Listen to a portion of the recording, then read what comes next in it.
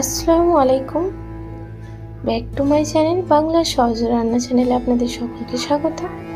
আজকে আমি আবার আপনাদের কাছে নেক্সট এপিসোড নিয়ে হাজির হয়েছি। তো আজকে আমি আপনাদেরকে তৈরি করে দেখাবো পুঁইশাক কুমড়োর রেসিপি। তো বন্ধুরা, আমি আপনাদেরকে এই রেসিপিটা তৈরি করে দেখাবো। অবশ্যই কিন্তু আপনারা প্রথম থেকে শেষ অবধি দেখবেন, আশা করছি আপনাদের খুবই ভালো লাগবে। তো আমি কী কী এখানে উপকরণ নিয়ে নিয়েছি সেটা আপনাদেরকে দেখিয়ে দেবো। তো বন্ধুরা, এই তো রেসিপিটা শুরু করার সবার প্রথমে আমি এখানে নিয়ে নিচ্ছি একটা কৌটোয় কিছু মশলা পেস্ট করে নেব। তো সবার প্রথমে নিয়ে নিচ্ছি 1 চামচ কালো সরিষা, আর নিয়ে নিচ্ছি 1 চামচ হলুদ সরিষা, আর নিয়ে নিচ্ছি অল্প 1/2 চামচ পরিমাণ পোস্ত, আর নিয়ে নেব 5টা কাঁচা লঙ্কা আর কিছুটা গোটা রসুন। আমি রসুনটাকে ছাড়িয়ে এখানে দিয়ে দিচ্ছি পেস্ট করার জন্য। আর অবশ্যই কিন্তু এর মধ্যে অল্প করে একটু লবণ দিয়ে দেবেন যাতে ভালোভাবে মিক্সচারে পেস্ট হয়, সেই কারণে আমি এখানে অল্প করে একটু লবণ দিয়ে দিচ্ছি। আর দিয়ে দেবো অল্প পরিমাণে একটু পানি। এই সমস্ত মশলাকে আমি ভালো করে মিক্সারে পেস্ট করে নেব।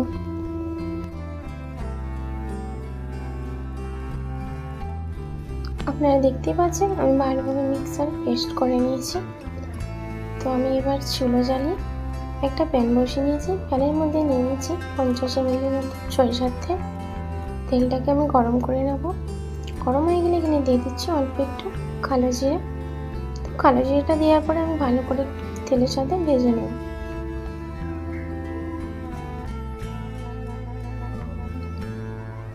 ভাজা হয়ে গেছে, এইবার আমি এর মধ্যে দিয়ে দেবো কেটে রাখা পেঁয়াজ কুচি। তো বন্ধুরা, এইখানে আমি মিডিয়াম সাইজের পেঁয়াজ নিয়ে নিয়েছি। তো পেঁয়াজ কুচিটাকে আমি দিয়ে একটু লাল করে ভেজে নেব।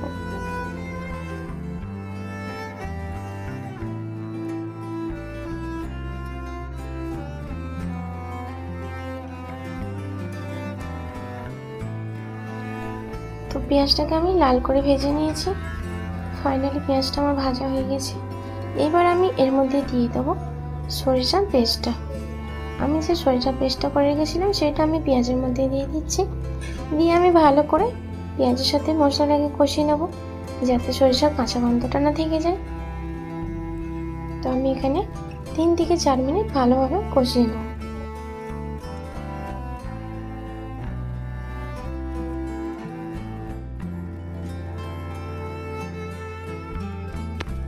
তো বন্ধুরা, অল্প করে একটু পানি অ্যাড করে দিয়ে আমি ভালোভাবে 2 থেকে 3 মিনিট কষিয়ে নিয়েছি। এবার আমি এর মধ্যে দিয়ে দেবো মশলা।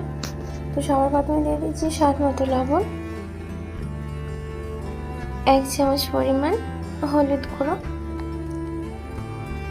তো আমি এখানে যেহেতু কাঁচা লঙ্কা নিয়েছিলাম, তো কুমড়োর তরকারি একটু মিষ্টি হবে, মিষ্টি হবে, তাই আমি এখানে আর কাঁচা লঙ্কা ইউজ করব না।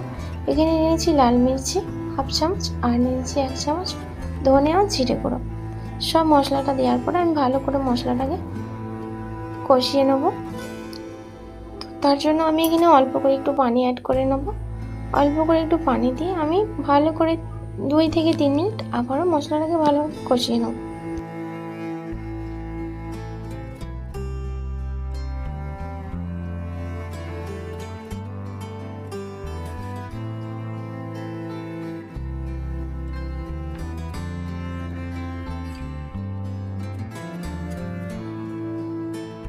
তো আমি 2 থেকে 3 মিনিট ভালোভাবে মশলাটাকে কষিয়ে নিয়েছি।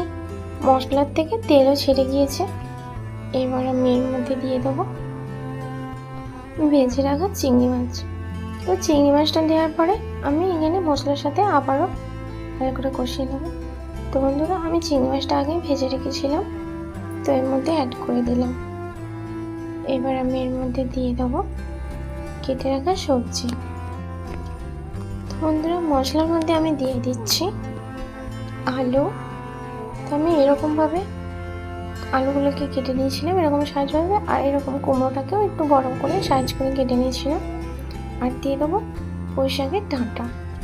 তো আমি এখানে আলু, কুমড়ো আর পুঁইশাকের ডাঁটাগুলো দিয়ে আমি মশলার সাথে ভালোভাবে কষিয়ে নেব। প্রায় 5 মিনিট, 5 থেকে 8 মিনিট চুলার আঁচটা মিডিয়ামে দিয়ে আমি ভালো করে কষিয়ে নেব। তো এখানে মশলাটা একদম শুকনো হয়ে এসছে। তো তার জন্য আমি এখানে কষানোর জন্য আমি এখানে অল্প করে একটু পানি অ্যাড করে নেব। তো অল্প অল্প একটু পানি অ্যাড করে আমি ভালোভাবে মশলাটাকে 50%-এর মতো কুক করে নেব, মানে ভালোভাবে কষিয়ে নেব।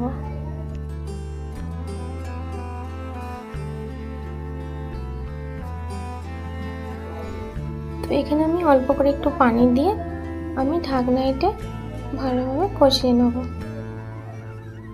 তো বন্ধুরা আপনারা দেখতে পাচ্ছেন প্রায় 3 থেকে 4 মিনিট আমি কষিয়ে নিয়েছি ঢাকনা এঁটে। এইবার ঢাকনা উঠিয়ে আমি আবারও ভালোভাবে কষিয়ে নেব। তো বন্ধুরা আমি এখানে 5 মিনিট ভালোভাবে কষিয়ে নিয়েছি। এইবার আমি এর মধ্যে দিয়ে দিচ্ছি পুঁই শাকের পাতাগুলি। পুঁই শাকের পাতাটা দেওয়ার পরে আমি আবারও প্রায় 3 মিনিট কি 4 মিনিট ভালোভাবে কষিয়ে নেব।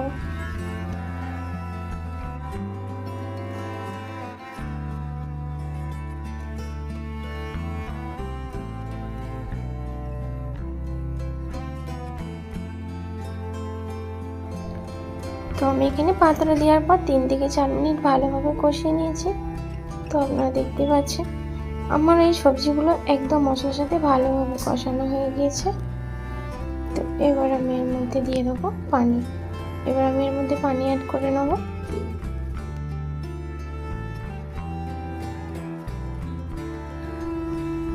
তো বন্ধুরা আমি কষানোর সময় প্রায় 50% কুক করিয়ে নিয়েছি সবজিগুলোকে, তাই আমি এখানে বেশি পানি অ্যাড করব না। আমি এখানে অল্প করে একটু পানি অ্যাড করেছি। তো পানি দেওয়ার পর আমি ঢাকনা এঁটে আবারও আমি 8 মিনিটের মতো ভালোভাবে কুক করে নেব। যেহেতু আমার 50% কুক করা হয়ে গেছে আর আমি 50% কুক করে নেব।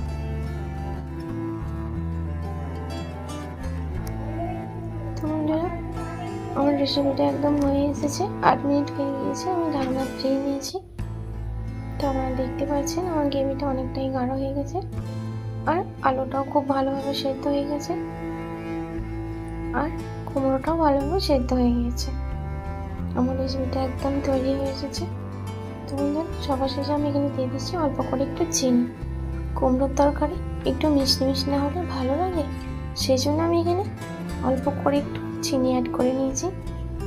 তো বন্ধুরা চিনিটা দেওয়ার পর সুন্দর একটা ফ্লেভারও আসবে আর খেতেও খুব টেস্টি হবে। তো ফাইনালি আমার এই রেসিপিটা একদম তৈরি হয়ে গিয়েছে। তো বন্ধুরা আমি কম সময়ে খুব সহজভাবে আপনাদেরকে আমার এই কুমড়ো আর পুঁই শাকের রেসিপিটা তৈরি করে দেখালাম। আপনাদের কেমন লেগেছে অবশ্যই আমাকে কমেন্ট করে জানাবেন। আর আমার এই চ্যানেলটিকে আপনারা সাবস্ক্রাইব করে দেবেন আর পাশে থাকা বেল আইকনটি ক্লিক করে দেবেন। ভালো থাকবেন, সুস্থ থাকবেন, ধন্যবাদ।